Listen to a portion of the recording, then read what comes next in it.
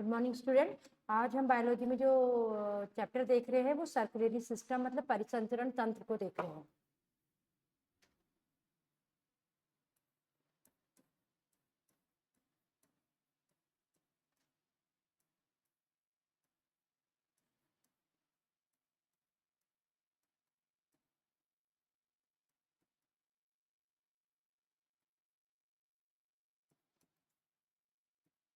ठीक है, मानव में क्या होता है, पचे हुए पदार्थों को या जीवों में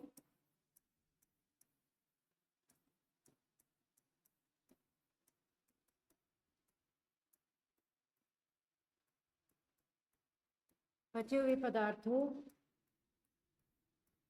O2 CO2 मतलब गैसेस, उत्सर्जी पदार्थ आदि के संवहन के लिए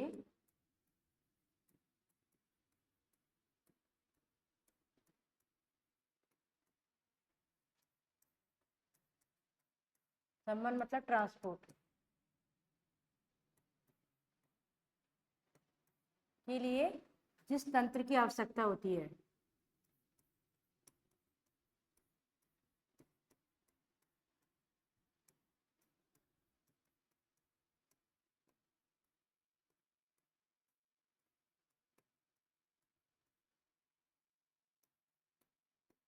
उससे हम क्या कहते हैं, यही परिसंचरण तंत्र।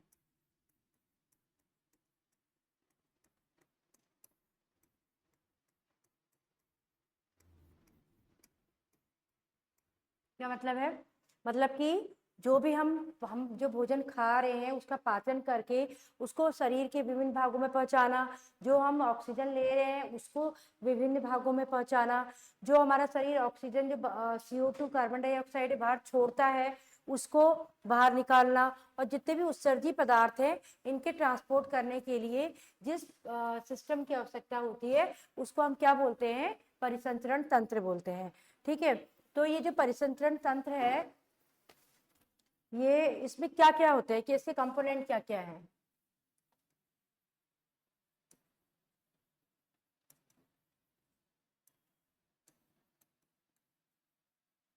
मतलब किससे मिलके बना है,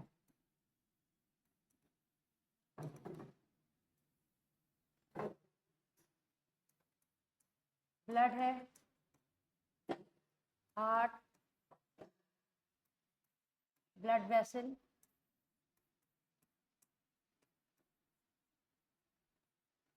और लिम्स।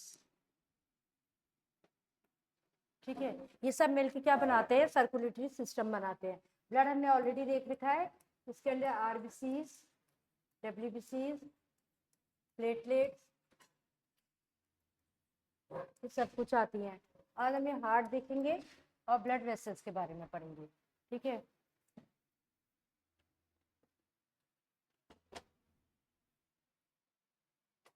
आज हम देख रहे हैं सर्कुलेटरी सिस्टम। ठीक है, सर्कुलेटरी सिस्टम क्या है, मानव में या फिर जीवों में जो पचा हुआ पदार्थ है या फिर जो ऑक्सीजन है, CO2 है, उत्सर्जी पदार्थ है, इसके ट्रांसपोर्ट के लिए जिस सिस्टम की आवश्यकता होती है उसको हम क्या बोलते हैं, परिसंचरण तंत्र कहते हैं। ठीक है, और इस परिसंचरण तंत्र की खोज किसने करी थी, विलियम हार्वे ने।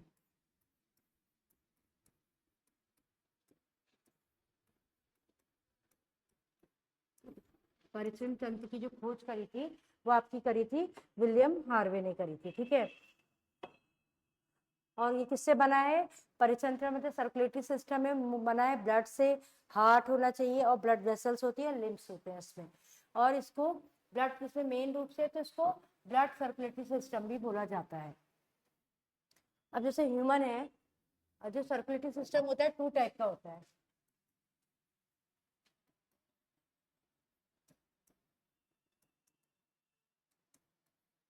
टू टाइप्स का होता है। ठीक है, फर्स्ट होता है क्लोज्ड, दूसरा होता है ओपन। ठीक है, क्लोज सर्कुलेटरी सिस्टम में क्या होता है, आपका इसमें प्रेशर प्रेशर लगता है, प्रेशर लगता है।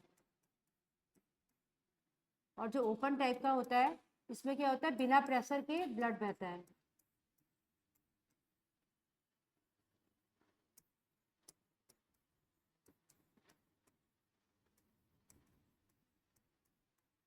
ठीक है, यहाँ एक क्वेश्चन पूछते हैं कि क्लोज सर्कुलेटरी सिस्टम किसमें मिलता है, तो इसके एग्जांपल होते हैं मानव और केचुआ। तो केचुआ का एग्जांपल बहुत ज्यादा पूछा जाता है कि केचुआ में कैसा सर्कुलेटरी सिस्टम है, तो केचुए में क्लोज सर्कुलेटरी सिस्टम है। और जो ओपन टाइप का जो सर्कुलेटरी सिस्टम है, इसके एग्जांपल में आते हैं कॉकरोच और घोंघा।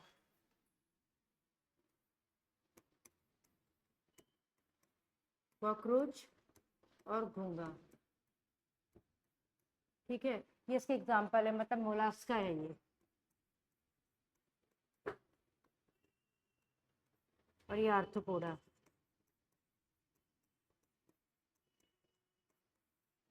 तो हमारा सर्कुलेटरी सिस्टम दो टाइप का है, क्लोज्ड और ओपन। जो क्लोज्ड है, इसमें क्या होता है, प्रेशर के साथ ब्लड बहता है, और ओपन में बिना प्रेशर के ब्लड बहता है। इसके एग्जांपल बहुत ज्यादा पूछते हैं कि ओपन कॉकरोच में कैसा परिसंचरण तंत्र पाया जाता है, तो उसका एग्जांपल होता है ओपन टाइप का पाया जाता है, या घोंघे में कैसा पाया जाता है। इसी तरीके से मानव और केचुए का भी पूछते, केचुए का पूछते हैं, तो केचुए का आप लिखोगे कि इसमें क्लोज टाइप का सर्कुलेटरी सिस्टम पाया जाता है। नाक बंद हो रही है क्या, जुकाम लगा है? आजकल चल ही रहा है जुकाम भी।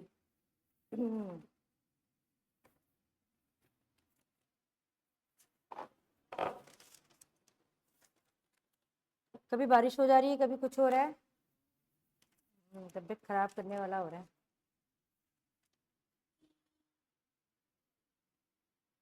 तुमने अभी कौन कौन से, एक ही फॉर्म भरे और भी फॉर्म भरे? वो कौन से है? एक तो ये अग्निवीर का भी, हाँ उसमें तो केमिस्ट्री भी आती है। हाँ उसमें सब आएगा।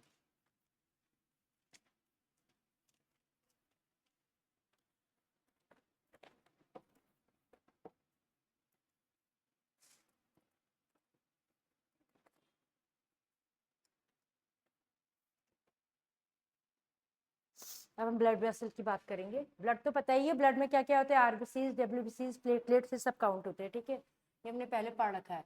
अभी हम पढ़ेंगे ब्लड वेसल।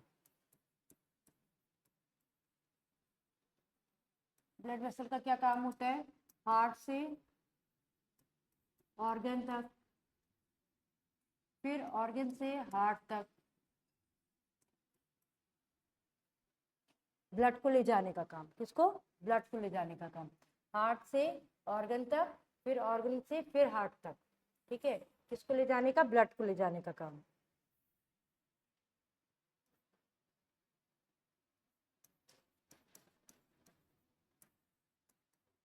तो ये ट्रांसपोर्ट कौन करेगा? ब्लड वेसल करेगा। जो सबसे मोटी जो ब्लड वेसल होती है 1 सेंटीमीटर की होती है, और सबसे पतली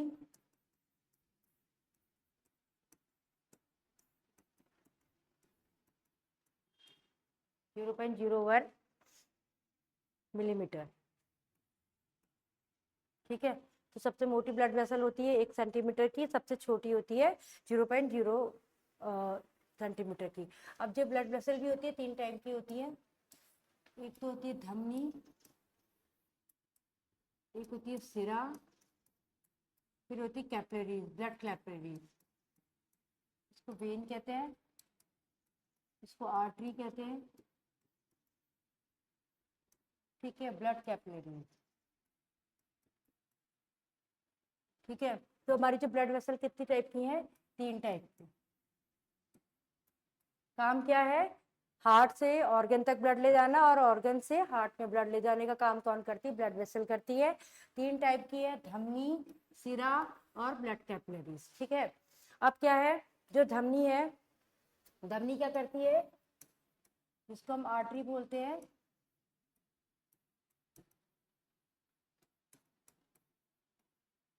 ये प्योर ब्लड को हार्ट से अंगों तक ले जाती है, ठीक है।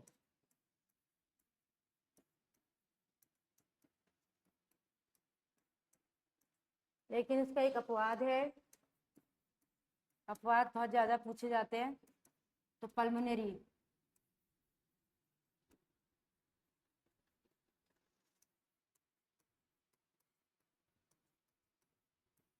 पल्मोनरी आर्टरी है,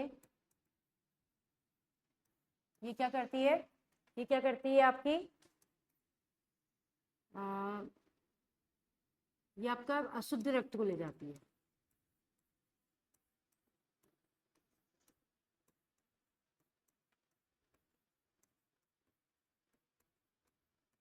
कहाँ ले जाती है, हार्ट से आपके जो लंग्स है, फेफड़ों में।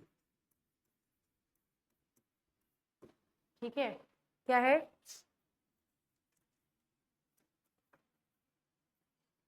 आपका धमनी क्या करती है, मेन काम तो प्योर ब्लड को हार्ट से शरीर के विभिन्न अंगों तक ले जाना है इसका काम। ठीक है, लेकिन इसका अपवाद क्या है, पल्मोनरी जो आर्टरीज होती है, ये क्वेश्चन पूछते हैं, ये कहती है अशुद्ध रक्त को ले जाती है, कहाँ से, हार्ट से फेफड़ों में ले जाती है। ठीक है, इसी तरीके से जो वेन है, इनको हम सिरा कहते हैं, इसका काम क्या होता है, ये क्या करती है, अशुद्ध रक्त को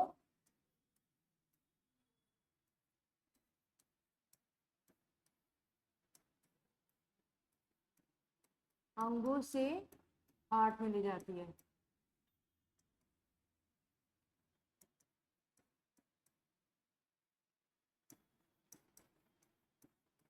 ठीक है, शरीर से अंगों से अशुद्ध रक्त को इकट्ठा करती है और कहाँ ले जाती है, हार्ट में ले जाती है। कहाँ से, अंगों से हार्ट में ले जाती है। और कौन सा रक्त होता है, अशुद्ध रक्त होता है। ठीक है, ये इसका काम है, लेकिन इसका भी अपवाद है। ऐसे ही पल्मोनरी सिरा जो होगी,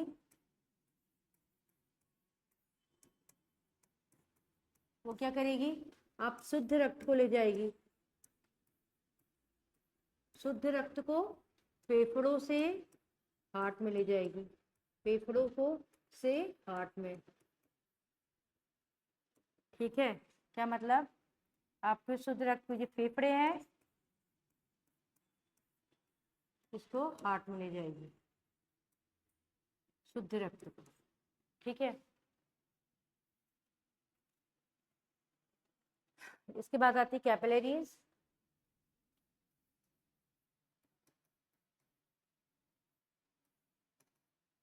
ये क्या करती है, सिरा और धमनी का मिलन बिंदु है।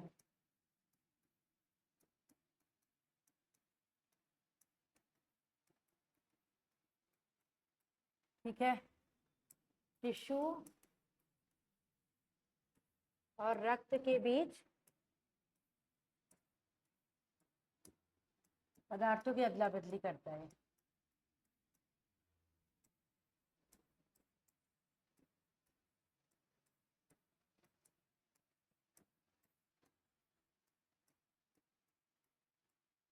ठीक है,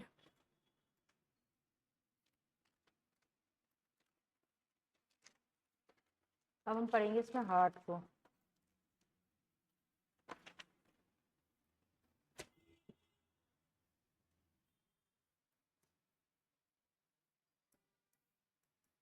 ठीक है, ये क्या होता है, आपके लेफ्ट साइड में थोड़ा सा होता है, किसके, फेफड़ों के बीच में,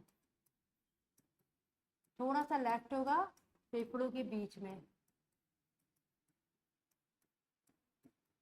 ठीक है, मुट्ठी के आकार का होता है।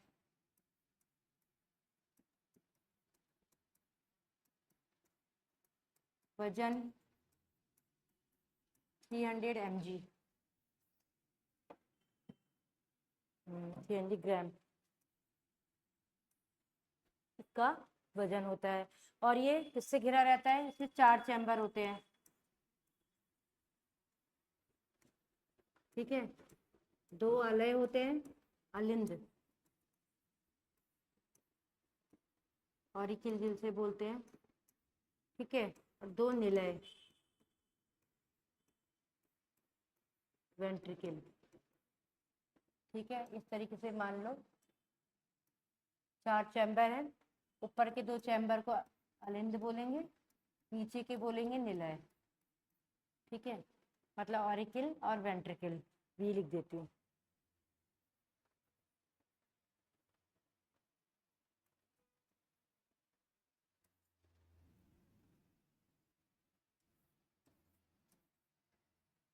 ठीक है, ये मेरा राइट है ना, इसका राइट ये मानो, इसका लेफ्ट, राइट एंड लेफ्ट।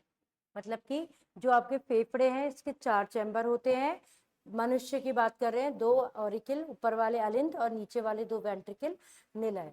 ठीक है, और ये जो होती है किससे घिरी रहती है, पेरिकार्डियल एक मेम्ब्रेन होती है, उससे ये घिरी रहती है। हार्ट जो होता है इसका कवर को क्या बोलते हैं, क्वेश्चन आता है, पेरिकार्डियल मेम्ब्रेन का आवरण होता है इसके चारों तरफ। ठीक है, और इसके अंदर पेरिकार्डियल फ्लूइड भरा रहता है, पेरिकार्डियल फ्लूइड भरा रहता है। ये क्या करता है, ये दोनों इसकी रक्षा करते हैं, ये इसकी सुरक्षा करते हैं, दोनों सुरक्षा। ठीक है, हार्ट जो है इसके चारों तरफ एक आवरण होता है जिसको हम पेरिकार्डियल मेम्ब्रेन बोलते हैं। इसके अंदर जो फ्लूइड भरा रहता है उसको हम पेरिकार्डियल फ्लूइड बोलते हैं। ठीक है, इसके 2 पार्ट हैं, 2 अलिंद और 2 निलय। ये हर ऑर्गेनिज्म में अलग अलग होता है। जैसे कि मछलियों में अगर पूछेंगे तो 2 चैम्बर होते हैं सिर्फ। ये क्वेश्चन आता है कितने चैम्बर होते हैं, तो आप लोगों के 2 चैम्बर होते हैं। फिर होता है उभयचर, इनको एम्फीबियन कहते हैं। इसमें कितने चैम्बर होते हैं, इनमें भी 2 चैम्बर होते हैं।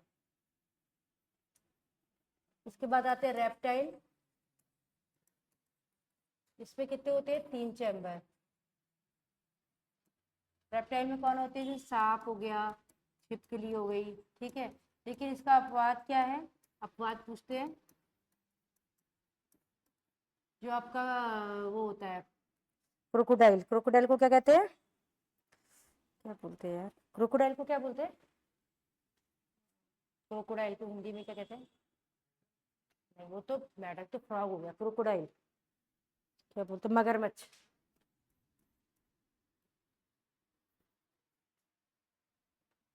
मतलब ये क्वेश्चन सीधे सीधे पूछते हैं कि मछलियों में कितने चैम्बर हैं, उभयचर में कितने चैम्बर हैं, रेप्टाइल में कितने चैम्बर हैं। बस इसका रेप्टाइल का अपवाद क्या होगा, मगरमच्छ और घड़ियाल। इसमें क्या होते हैं, 4 चैम्बर होते हैं। कितने, 4 चैम्बर। जैसे हम लोगों के है ना 4 चैम्बर, ऐसे इसके भी 4 चैम्बर होते हैं। फिर पूछते हैं बर्ड्स का, बर्ड्स में भी 4 चैम्बर है। ठीक है, और फिर आता है मैमल्स, जो हम लोग स्तनधारी, हमारे में तो 4 चैम्बर होते हैं। ठीक है, वही 2 अलय 2 निलय वाली जो बात हो रही है वो ये है। ठीक है, इसके बाद है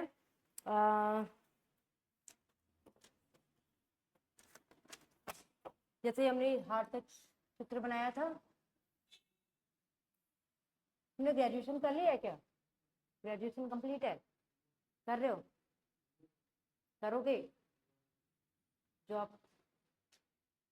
ठीक है, जैसे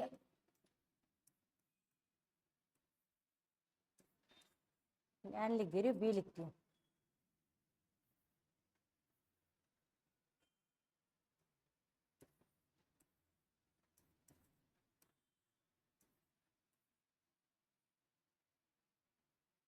ठीक है, तो क्या होता है, जो लेफ्ट और जो आपका अलिंद है वो इससे जुड़ा रहेगा, और जो राइट वाला है वो नीचे वाले से जुड़ा रहेगा। ठीक है, मतलब इनके बीच में कपाट होते हैं ब्लड के आने जाने के लिए। ठीक है, तो इसमें क्या होता है, क्या कहते हैं, जो ये वाला है राइट वाला, उसमें क्या होता है, अशुद्ध, अशुद्ध ही रक्त आता है। ये क्वेश्चन पूछते हैं अशुद्ध रक्त कहाँ जाता है, तो आप बोलोगे राइट अलिंद में या राइट ऑरिकल में। ठीक है, अशुद्ध रक्त,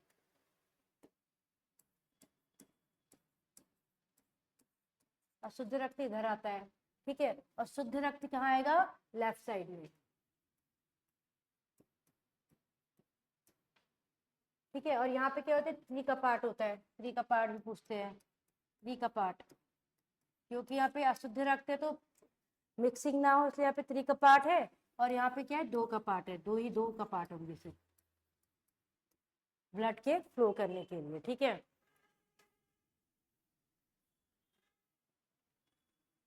अब क्या होता है इसका एक सर्कुलेशन कैसे होता है, ब्लड सर्कुलेशन।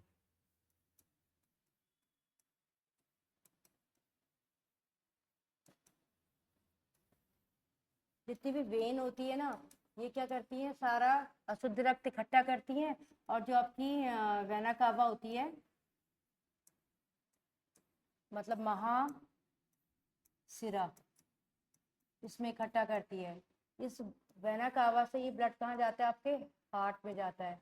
हार्ट के भी कहाँ जाता है, आपके राइट, जो आपका ऑरिकल है, राइट अलिंद, अलिंद में जाता है। ठीक है, इस राइट अलिंद से फिर आपका ब्लड कहाँ जाएगा, आपका जाएगा लेफ्ट निलय में। ये कौन सा भी रक्त है, ये सारा क्या है, अशुद्ध है, अशुद्ध आ रहा है, अशुद्ध। ठीक है, अब यहाँ से क्या होगा, ये पल्मोनरी जो आर्टरीज है,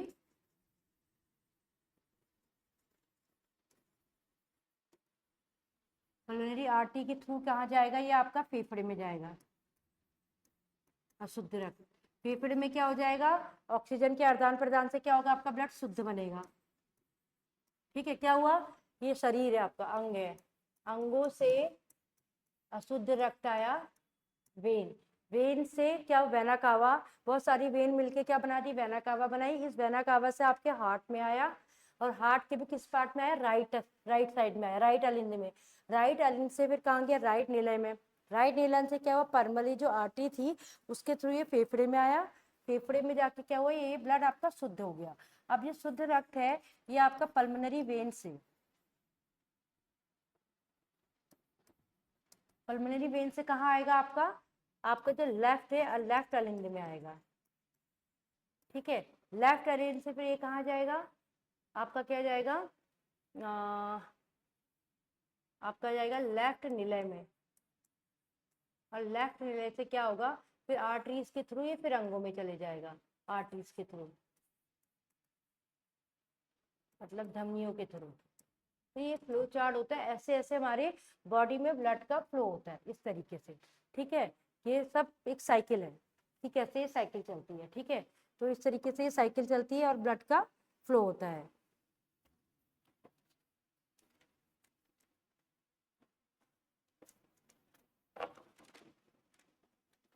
अब इसे कुछ क्वेश्चन पूछते हैं, जैसे मनुष्य का परिसंचरण तंत्र कैसा है, तो आप बोलोगे बंद है और दोहरा है, डबल है। मनुष्य का परिसंचरण तंत्र की बात करेगा तो वन लाइनर क्वेश्चन है, पूछेगा मनुष्य का परिसंचरण तंत्र कैसा है, तो बंद और दोहरा है। हृदय गति की जांच कैसे करते हैं, हृदय की गति की ईसीजी से करते हैं। ठीक है, किससे करते हैं, ईसीजी से करते हैं, इलेक्ट्रोकार्डियोग्राफ से, इलेक्ट्रोकार्डियोग्राफ।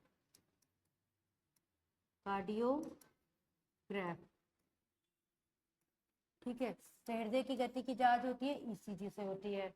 ठीक है, और ये पूछते हैं आरबीसी की संख्या किससे ज्ञात करते हैं,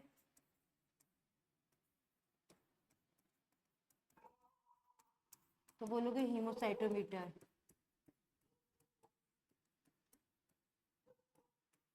हीमोग्लोबिन जो हम आरबीसी की कितनी हमारी बॉडी में संख्या उसकी याद करने के लिए हम हीमोसाइटोमीटर का यूज करते हैं। और हार्ट ट्रांसपोर्ट सबसे पहले किसने किया,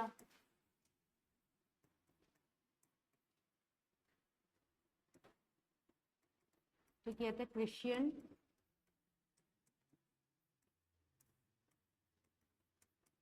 बर्नार्ड ने। ठीक है, और भारत में किसने किया, ये तो ओवरऑल है। अब भारत में किसने पहली बार ट्रांसपोर्ट किया, तो आएगा डॉक्टर वेणुगोपाल ने।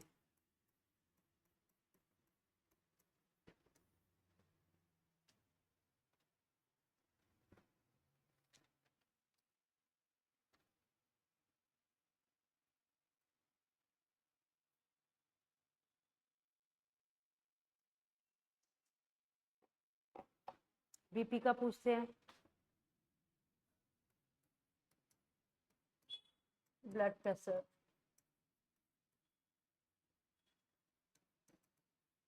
की रेंज पूछते हैं, 120 होती है, ठीक है। पैसे नहीं लिखेंगे, ऐसे लिखेंगे 120 80, ऊपर वाली लिमिट इतनी है, नीचे वाली लिमिट इतनी होती है, ठीक है। और इसका मात्रक भी कई बार पूछते हैं, मिलीमीटर पर HP, ये मरकरी होता है।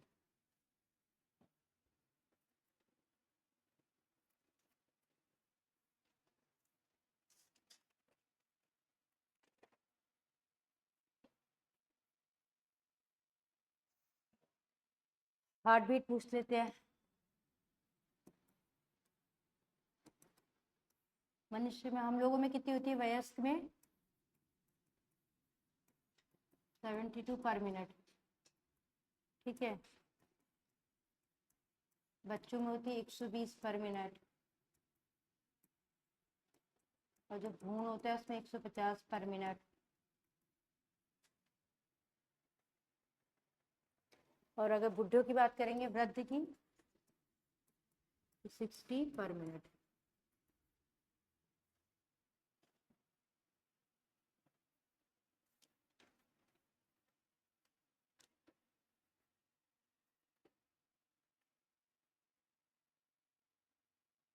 एक और आता है हार्ट की दवाई, जो हार्ट अटैक की दवाई आती है, हार्ट अटैक की मेडिसिन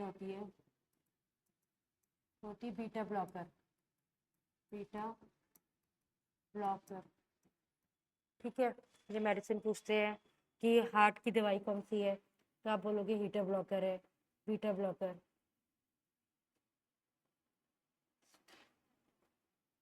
और बीपी किस में नापते हैं, स्पेग्नोमीटर में नापते हैं, स्पेग्नोमीटर, ये ज्यादा पूछा जाता है, स्पेग्नोमीटर। बीपी को किससे नापते हैं, जैसे आरबीसी को हीमोसाइटोमीटर में नापा था, ऐसे बीपी का मापन किस में करते हैं, हम करते हैं स्पेग्नोमीटर में करते हैं। हार्ट अटैक की दवाई का नाम है बीटा ब्लॉकर। बीपी की रेंज कितनी है, नीचे वाली रेंज 80, ऊपर वाली 120 होनी चाहिए। और जो आपकी हार्ट बीट होती है, तो वो भ्रूण में सबसे ज्यादा है, फिर बच्चों में, वयस्क में और वृद्धों में सबसे कम है, ठीक है। तो हो गया।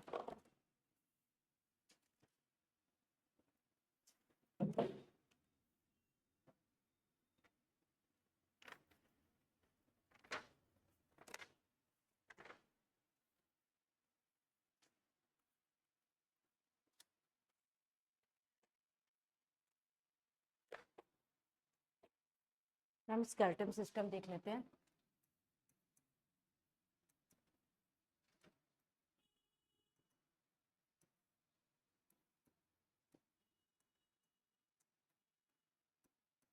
कंकाल तंत्र, ठीक है। इस कंकाल तंत्र की वजह से हम सीधे खड़े रहते हैं, ठीक है। ये हमको स्थिरता प्रदान करता है। जो हम गतिविधियां करते हैं, सब इस कंकाल तंत्र की वजह से करते हैं। तो कंकाल तंत्र कितने प्रकार का होता है, 2 प्रकार का, ठीक है। एक होता है बाह्य, एक होता है आंतरिक, ठीक है। बाह्य में क्या है, जैसे हमारे नाखून है, बाल है, ये सब किस में आते हैं, बाह्य कंकाल तंत्र में आ जाते हैं। जैसे आपका होता है क्या बोलते हैं उसको, कछुआ, कछुआ का जो पीठ है, ठीक है। और कितने भी आपके केकड़ा है, इनका जो कंकाल तंत्र बाहरी बहुत कठोर होते हैं, वो सब क्या होता है, बाह्य कंकाल के अंदर आता है। आपके नाखून और बाल, क्योंकि ये सब क्या होता है, ये जो मृत होती है, ये जो कंकाल तंत्र होता है मृत होता है, मतलब इसमें कोई भी वेसल्स नहीं पाई जाती है। लेकिन जो आंतरिक होता है, वो क्या होते हैं, मांसपेशियों के अंदर होता है, मांसपेशियों के अंदर होता है, जैसे हम लोगों के होता है। हमारे सिर्फ नाखून और बाल ही हैं जो बाह्य टाइप के हैं, लेकिन कई जानवर होते हैं जिनके बाहर भी होता है, जैसे केकड़ा है, और भी कितने होते हैं, ठीक है। ऐसे मांसपेशियां हैं। ये जो आंतरिक जो टाइप का बाह्य कंकाल होगा, तो आंतरिक हमें कौन सा होता है, मांसपेशियों के अंदर होता है। इसमें ब्लड वेसल्स भी होती हैं, सारी इसमें गतिविधियां होंगी, ब्लड भी बहता है, ठीक है। तो हमारे में किसमें, आंतरिक है। इसके एग्जाम्पल जैसे हो गया मानव हो गया। क्वेश्चन पूछेंगे हमारे में कैसा कंकाल तंत्र, तो बोल गए आंतरिक। अगर पूछेगा बाह्य कंकाल तंत्र के एग्जाम्पल कौन है, तो नाखून और बाल हो जाएंगे। मानव है, चाहे शेर, चीता, ये सब इसके एग्जाम्पल में आएंगे। ठीक है, अब है आंतरिक कंकाल तंत्र हो गया। फिर अब कंकाल के भी दो भाग हैं। और हम अभी तक क्या पढ़ते, कंकाल तंत्र 2 टाइप के थे, अब कंकाल जो है वो भी 2 टाइप का है। एक होती उपास्थि, कार्टिलेजिस, दूसरा होता है बोन। कंकाल किससे, 2 चीजों से बना है, मतलब हड्डी। ठीक है, कार्टिलेजिस है और बोन है। ठीक है, ये मुलायम होते हैं, इसमें कैल्शियम फॉस्फेट होता है।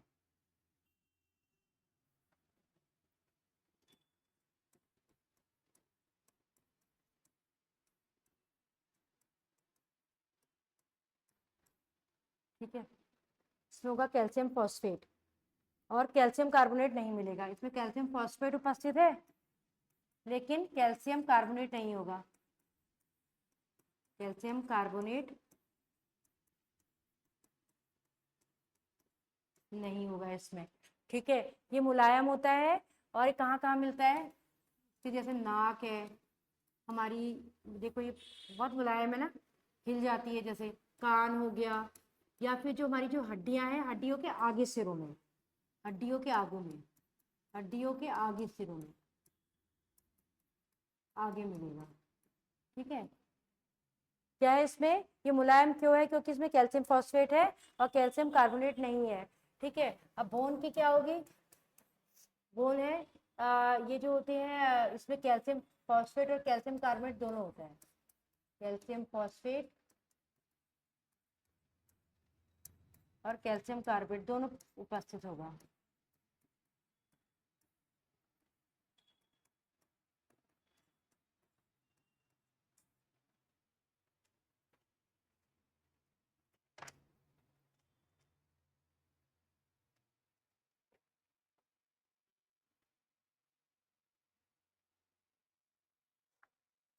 हड्डियों की प्रोटीन के बारे में पूछ लेते, कौन कौन सी प्रोटीन होती है। ओसिन नाम की एक प्रोटीन होती है हड्डियों में, ओसिन प्रोटीन होती है। ठीक है, और कौन सी प्रोटीन है, ओसिन है, और आपकी कोलेजन है, कोलेजन भी प्रोटीन है जो हमारे बाल वाल बनाती है, कोलेजन प्रोटीन। अभी क्वेश्चन आता है, बोन को बोन कौन कनेक्ट करेगा, ये बहुत ज्यादा पूछते हैं, बोन को बोन कौन कनेक्ट करता है, बोन को मसल से कौन कनेक्ट करता है, ये बहुत ज्यादा क्वेश्चन आता है। तो बोन को बोन से कौन करता है, लीगामेंट। ठीक है, ये क्वेश्चन देखना हर एक दूसरे पेपर में मिलता ही है। और बोन से मसल को कौन करता है, तो टेंडम।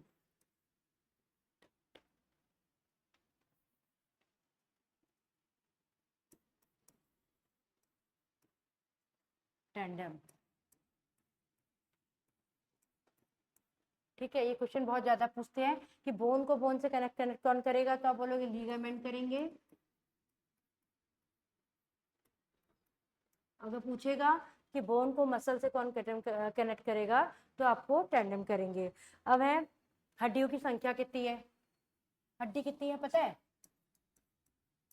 मानव में, 200, 206। ठीक है, क्या है, 206। ठीक है, अगर बच्चों में पूछेगा 200 नहीं थी, 300। ठीक है, बच्चों में कौन सी है, 300 हो गई, और हमारे में कितनी है, 206 है। लेकिन आजकल वो बच्चों का पूछते हैं,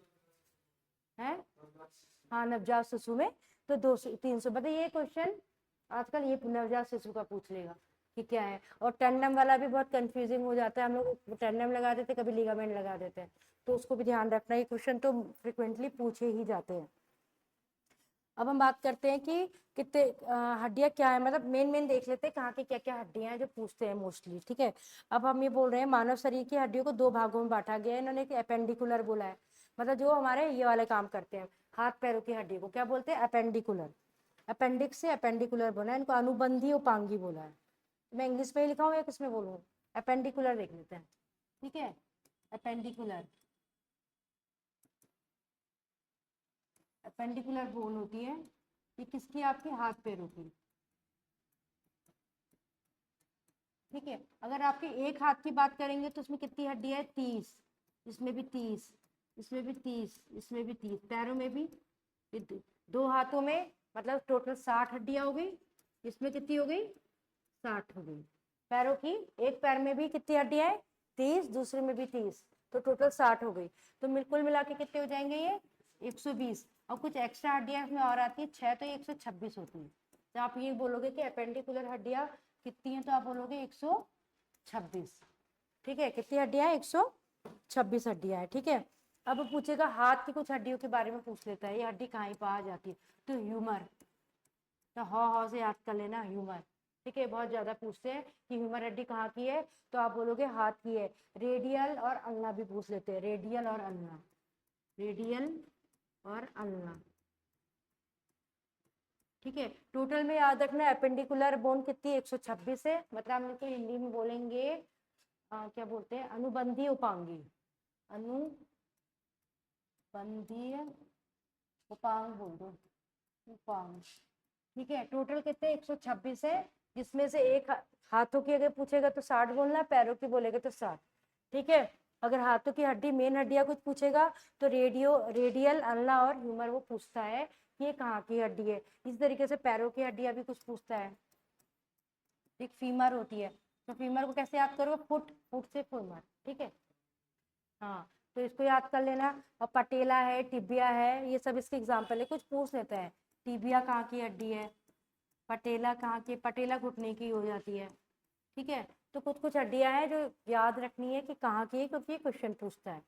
ठीक है, उसके बाद है, इसके अलावा एक कॉलर बोन होती है, कॉलर बोन भी इसके अंदर आती है, एक पेल्विक होती है और एक होती है स्कैपुला। तो ये टोटल ये दो दो बोन्स होती हैं। तो ये जो कॉलर बोन को हम कहते हैं ब्यूटी बोन भी बोलते हैं। तो ये सारी कुल मिला के कितनी याद रखनी, 126 है। तो अपेंडिकुलर कितनी हो गई, 126।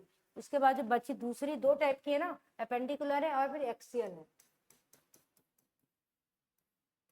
एक्सियल में क्या, एक्सियल की हड्डी कितनी होती है, 80 होती है। टोटल कितनी हड्डियां होती हैं, 80 हड्डियां होती हैं। ठीक है, तो इसमें कौन सी आती है, कशेरु, जो आपकी मेरुदंड है। ठीक है, तो हमारी मेरुदंड की कितनी हड्डी है, इनकी 26 संख्या। मेरुदंड जो आपकी पीछे होती है ना, मेरुदंड, इसकी संख्या कितनी होती है, 26 पूछता है। ठीक है, कितनी है इसमें, मेरुदंड की 126। रिप्स पूछता है, रिप्स मतलब पसलियां, ये होती है 12 जोड़ी, तो 24 हड्डियां होती हैं। 26 ये है, 24 ये है। ठीक है, इसमें क्या होता है, 1 से जो 7 तक हड्डियां होती हैं उनको ट्रू बोन कहते हैं, ट्रू बोन। ठीक है, उसके बाद जो 8 से आपकी 9, 10 ये होती है फॉल्स बोन। ठीक है, और जो आपकी 11 और 12वीं बोन है, इसको कहते हैं फ्लोटिंग बोन, फ्लोटिंग बोन। ये क्वेश्चन पूछते हैं कि ट्रू ट्रू बोन कौन सी है, कौन से नंबर से कौन से नंबर की, फॉल्स बोन कौन है, और आपकी फ्लोटिंग बोन्स कौन सी है। तो आपकी 12 जोड़ी है, तो 1 से 7 वाली को ट्रू बोन कहते हैं, क्योंकि ये पूरी अटैच होती है यहाँ पे स्टेरनम में ना, ऐसे करके अटैच रहती है, तो 7 जोड़ी। ठीक है, और ये जो होती है ये इसको फॉल्स बोलते हैं, और ये तो हवा में ही रहती है, दो दो जोड़ी, ये वाली बोन्स रिब्स की। एक स्टेरनम की आ जाती है, फिर स्टेरनम की एक बोन हो गई। ठीक है, फिर आपकी आएगी मस्तिष्क की बोन। ठीक है, तो मस्तिष्क में आपकी कितनी हड्डियां होती हैं, 29। कितनी है, 29। इस मस्तिष्क में हमारा आगे का भी पार्ट है और पीछे का पार्ट दोनों ही इंक्लूड हो जाता है। ठीक है, आगे पीछे दोनों जाएगा। एक्सियल बोन है, मेरुदंड 26, स्टर्नम आ गया है, और आपकी पसली आ गई है 12 जोड़ी। ठीक है, और इसमें फिर मस्तिष्क के अंदर फिर पूछता है वो,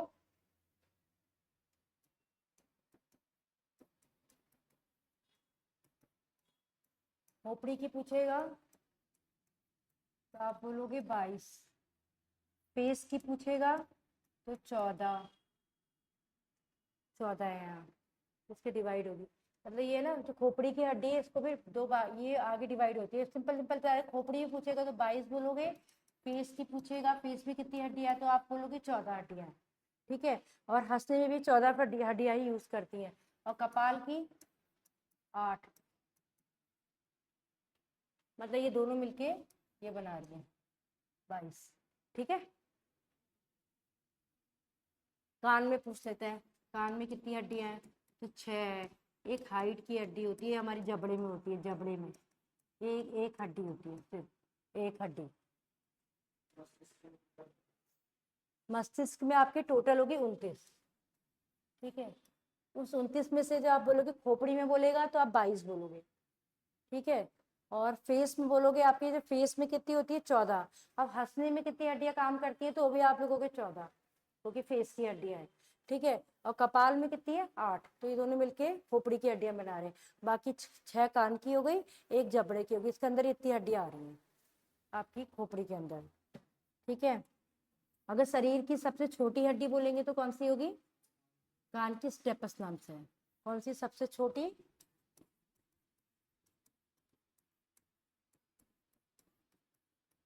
स्टेपस। ठीक है, सबसे छोटी हड्डी होगी स्टेपस। ये कान की है, मध्य कान की। कहाँ की? मध्य कान की। ठीक है, और सबसे बड़ी हड्डी होगी फीमर, जो हमने पैर की थी।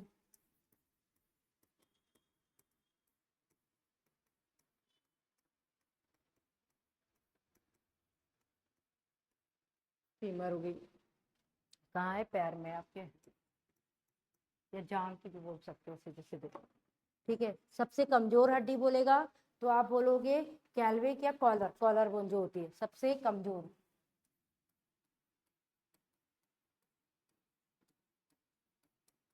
अब बोलोगे कॉलर बोन। ठीक है, इसके एक टर्म है कैल्विक बोन।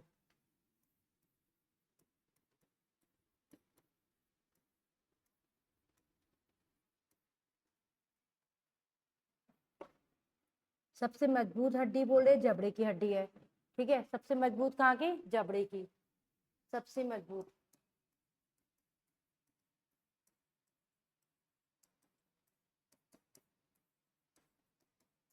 जबड़े की हड्डी है।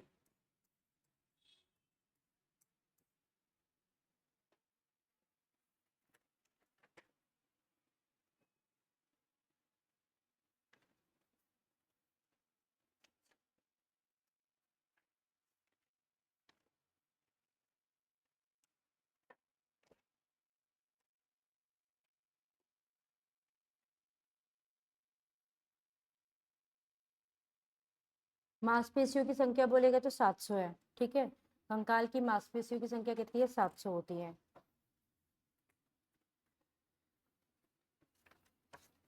इसके बाद ये कुछ और क्वेश्चन भी पूछता है ना, इससे पूछता है वो लोग कि जॉइंट से, कि कहाँ कैसे कैसे जॉइंट है, कहाँ क्या करें।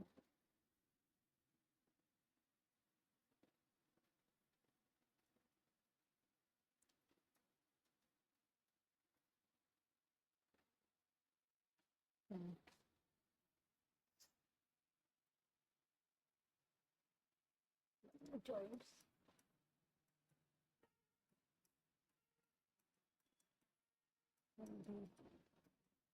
ठीक है, एक होती है इमूवेबल, मतलब अचल, अचल संधि।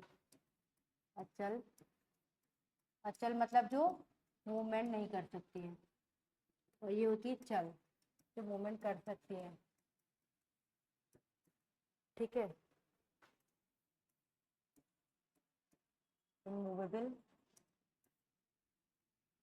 और मूवेबल।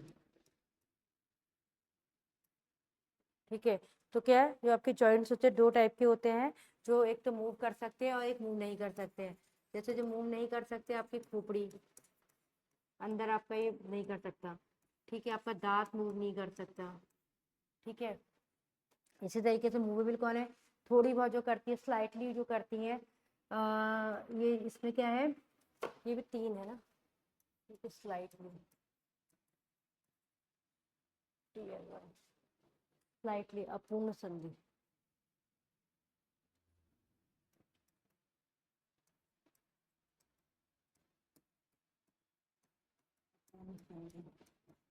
मतलब 3 टाइप की है।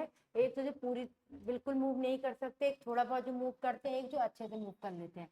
तो ये अब थोड़ा बहुत जो मूव करते हैं, स्लाइटली जो करते हैं, उसमें पसली है और आपकी मतलब रिब्स है, तो थोड़ा बहुत मूवमेंट करते हैं। और जो आपकी जो मेरुदंड है वो भी थोड़ा बहुत मूवमेंट करती है। तो ये एग्जाम्पल है इसके। तो खोपड़ी और दांत आ जाएंगे अचल के, स्लाइटली मूवमेंट में आ जाएगा पसली और मेरुदंड। और फिर मूवेबल है, मूवेबल के बहुत सारे एग्जाम्पल है। तो इसका पहला एग्जाम्पल होता है मूवेबल में बॉल और सॉकेट। बॉल और सॉकेट पूछा जाता है। जैसे आपका जो कंधा होता है, कंधा और जो हाथ है आपका वो कैसे जुड़ा है, इस वाले से। हाँ, इस तरीके से होता है, गुहा जैसी होती है, तुम्हारा हाथ फिट होता है। तो ये क्या होता है, बॉल और सॉकेट की तरह होता है। ठीक है, तो इसको हम लिखेंगे जो हड्डियां जो है इनकी, तो जो हमारी स्कैपुला, स्कैपुला कंधे की हड्डी जो होती है वहाँ स्कैपुला होती है। और प्लस यहाँ कौन सी होगी, ह्यूमर जो हमने बोला था। ठीक है, तो ये दोनों हड्डी है ह्यूमरस, ह्यूमरस। ठीक है, तो कंधे की हड्डी और हाथ की हड्डी कैसे जड़ी है, बॉल और सॉकेट से। तो कंधे की हड्डी को हम कह रहे हैं स्कैपुला, और ये ह्यूमरस, ये है आपका स्कैपुला और ये आपका ह्यूमर। ठीक है, हाथ हमारा उसमें फिट होता है। तो ये बॉल और सॉकेट का एग्जाम्पल है। दूसरा होता है पेल्विक, पैर का आपका पेल्विक, और प्लस इसके संग फीमर जो आपकी हड्डी है वो कैसे जुड़े रहती है। पेल्विक जो आपकी कूल्हे में जो हड्डी होती है, और फीमर जो होती है आपकी पैर की, आपके पैरों की हड्डी है। तो ये किसका एग्जाम्पल है, बॉल और सॉकेट का। तो यहाँ पे पूछते हैं बॉल और सॉकेट के एग्जाम्पल कौन है, तो आपको याद रखना पड़ेगा स्कैपुला और ह्यूमर। और ये क्योंकि कंधे की हड्डी को बोल रहे हैं, और पेल्विक है और फीमर है, सेम इसी तरीके से ये जुड़ी रहती है। ठीक है, तो ये एग्जाम्पल है बॉल और सॉकेट का। फिर है हिंग। हिंग जैसे हमारे ये जो होती है, एक और गति करती है हिंग वाली, हिंग, हिंग संधि जो होती है, जैसे आपका होता है कोहनी। ठीक है, और घुटना। हिंग संधि का एग्जाम्पल पूछोगे तो आप लिखोगे कोहनी और घुटना। ठीक है, इसके बाद आते हैं ग्लाइडिंग जॉइंट। ये क्या होती है, एक दूसरे पे फिसल जाती हैं, ग्लाइडिंग जॉइंट। ये हमारी उंगलियां हैं जो, कलाई जो है, ये सभी इसका एग्जाम्पल होंगे आपकी ग्लाइडिंग इसका। ये जॉइंट्स भी बहुत पूछते हैं। ठीक है,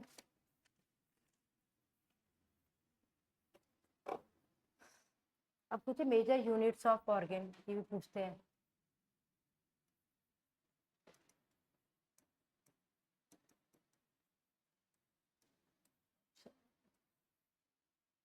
ऑर्गन सी है।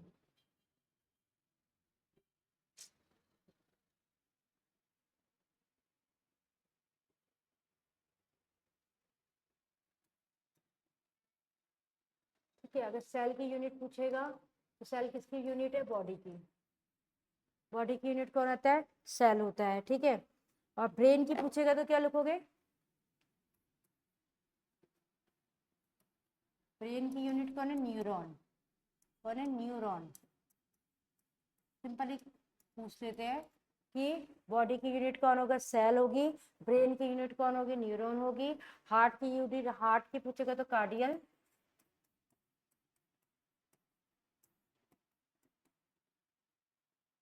हार्ट की यूनिट पूछेगा तो कार्डियल। लंग्स की पूछेगा तो एल्वियोली।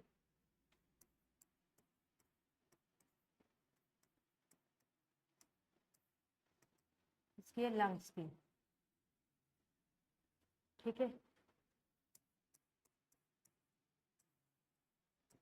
एल्वियोली। ठीक है, और है लीवर की पूछेगा तो हिपैटिक।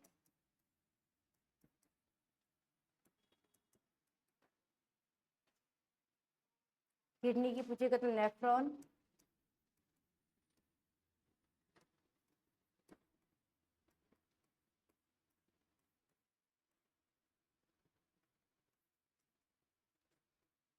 ये कुछ वो यूनिट्स भी पूछता है, और क्या पूछता है, हाँ, और एग्जाम में पूछते कुछ मेम्ब्रेन्स के बारे में भी पूछता है।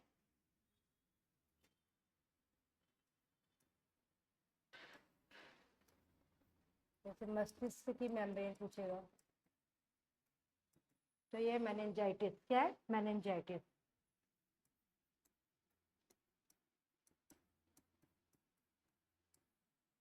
जो हमारा मस्तिष्क का बुखार होता है उसमें कौन सी लेयर इफेक्ट होती है, यही मेनिंजाइटिस ही होती है, तो उसको मेनिंजाइटिस भी बोलते हैं। ठीक है, लंग्स में, लंग्स की जो आपकी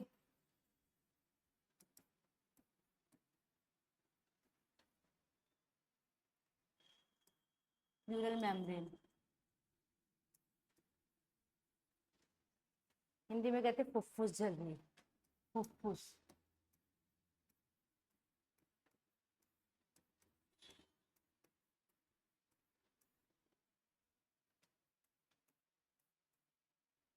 ठीक है, और पूछता है हार्ट की, तो पेरिकार्डियल मेम्ब्रेन होती है, हार्ट की पेरिकार्डियल मेम्ब्रेन।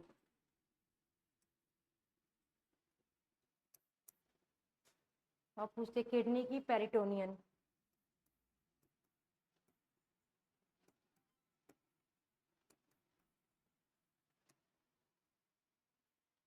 पेरिटोनियन मेम्ब्रेन होती है। इस तरीके से आई की क्या होगी, कॉर्निया।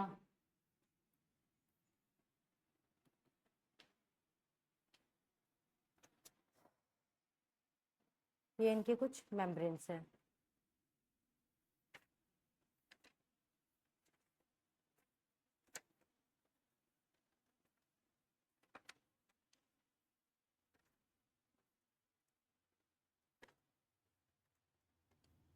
ठीक है, प्रोसेस अच्छा,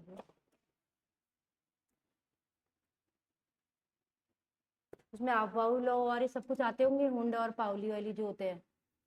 आफबाउ का लॉ था केमिस्ट्री में, उससे भी क्वेश्चन आते हैं, हुंड के लॉ से आते हैं, और क्या किससे आता है, एक कौन सा लॉ था, पाउली का, हुंड का और आफबाउ का, इससे भी बहुत सारे क्वेश्चंस आते हैं। वो कक्षक और ये सब कुछ भी आता है, सेल और ये सब कुछ पता है। ये जो होती है ये आपका न्यूक्लियस है, तो ये इलेक्ट्रॉन यहाँ पे चक्कर लगाते हैं। ठीक है, तो इनको क्या बोलते हैं, के, एल, एम और एन। ये जिन ऊर्जा स्तरों में ये लोग जो चक्कर लगाते हैं उनको क्या बोलते हैं, के एल एम एन। सबसे अंदर वाला उल्टा बना दिया मैंने, क्या हो गया ये, कैंसिल, ऐड करती हूँ। सबसे पहला स्तर होता है के, फिर होता है एल, फिर होता है एम, एन। ये किस में गए, कक्षाओं में क्या करते हैं, सेल में क्या करते हैं, चक्कर लगाते हैं। ठीक है, तो क्या है, के की क्या वैल्यू होती है, एक, के एल, एल की दो, एम की तीन, एन की चार। ठीक है, तो के एल एम एन हमारे क्या होते हैं, ये कक्षाओं में चक्कर लगाते हैं। अब इनके अंदर भी क्या होते हैं, एक एसपीडीएफ पर सुना होगा, एस पी डी एफ मतलब उपकक्षाएं। इनमें क्या होती है, उपकक्षाएं होती है, एसपीडीएफ। कक्षा क्या हो गई, के एल एम एन। ठीक है, इसी में क्या होती है, ये एसपीडीएफ करके कक्ष, एसपीडीएफ करके उपकक्षाएं होती है, एसपीडीएफ। ये पढ़े, तो ये पढ़े होंगे ना, पढ़े होंगे, तो क्या होती है, उपकक्षाएं होती हैं। तो अब जैसे एस होता है, एस के अंदर कितने कितने वो होते हैं, इसके अंदर भी फिर ऑर्बिट्स होते हैं। ठीक है, एस के अंदर एक होता है, पी के अंदर कितने होते हैं, तीन होते हैं, तीन रूम मतलब तीन कमरे जैसे। डी के अंदर कितने होंगे, पांच होते हैं, और एफ के अंदर ऐसे कितने होते हैं, सात होते हैं। ठीक है, तो एक जो हमारा जो एक ऑर्बिटल है उसमें कितने हमारे इलेक्ट्रॉन आ सकते हैं, दो ही इलेक्ट्रॉन हो सकते हैं। कितने, एक एक कक्षा में या फिर एक ऑर्बिटल में कितने इलेक्ट्रॉन रह सकते हैं, सिर्फ दो इलेक्ट्रॉन रह सकते हैं। यहाँ पे जैसे एक ये और एक ये, अब यहाँ पे इसके तीन कक्षा है तो कितने इलेक्ट्रॉन रहेंगे, यहाँ पे टोटल कितने हो गए, छह हो जाएंगे। तीन में एक, एक कमरे में। अब ऐसे यहाँ पे पांच कमरे हैं, पांच कमरे में दो लोग रह सकते हैं, तो इसमें कितने हो गए टोटल, कितने? तो ये पूछेगा कि एस आपके जो एक्स कक्षक है, उप कक्षक है, इसमें कितने इलेक्ट्रॉन होंगे? तो आप बोलोगे 2 इलेक्ट्रॉन होंगे। ठीक है, आपका पी में पूछेंगे तो आप कितने बोलोगे? 6 होंगे। डी में इसी तरीके से कितने होंगे? 10 होंगे, क्योंकि इसके 5 कक्षा है, इसके पास 10 होंगे। इसी के से एफ पूछेगा तो एफ में कितने रह सकते हैं, कितने इलेक्ट्रॉन रह सकते हैं? 14 रह सकते हैं। ठीक है, अब यहाँ पे एक सूत्र होता है कि 2n का स्क्वायर। अगर कोई पूछेगा कि कितने इलेक्ट्रॉन पहली कक्षा में है, तो हम यहाँ पे लगाएंगे पहली कक्षा में n को, k की वैल्यू कितनी है? 1 है, तो हम क्या रख देंगे? 2n का स्क्वायर। मतलब ये इसमें कितने रह गए, मतलब कितने? 2। तो पहली कक्षा में कितने इलेक्ट्रॉन है? 2 इलेक्ट्रॉन रहेंगे। दूसरी कक्षा में आते हैं 8 इलेक्ट्रॉन, इसी फॉर्मूला में रख के निकालोगे। तो 2 का स्क्वायर तो 4 और 8 हो जाएगा। ठीक है, तीसरी कक्षा में कितने इलेक्ट्रॉन रह सकते हैं? 16, 8 18, तीसरी है 3 3 9 18, कितने रहेंगे? 18। कैसे निकाला? 2, ये 3 का स्क्वायर हो गया, तो 3 3 9 हो गया, और 2 कितने हो गए? 18। अभी चौथी है, तो चौथी में कितने निकालने के लिए आएगा, तो कैसे निकालोगे? 2n का स्क्वायर था ना, तो आप क्या रखोगे? 2 इंटू एन को कितनी वैल्यू? 4 का स्क्वायर, तो कितने हो गया? 8 16 2 16 2 32, कितने इलेक्ट्रॉन हो गए? 32। ठीक है, तो पहली कक्षा में कितने इलेक्ट्रॉन होते हैं? 2, ये हम ऑक्टेट रूल जो पढ़ते हैं। दूसरे में 8, तीसरे में 18, चौथे में, ये मैं तुम्हें ढंग से बाद में बताऊंगी, अभी खाली मैं पूछ रही थी। ठीक है, तो पढ़ना है तो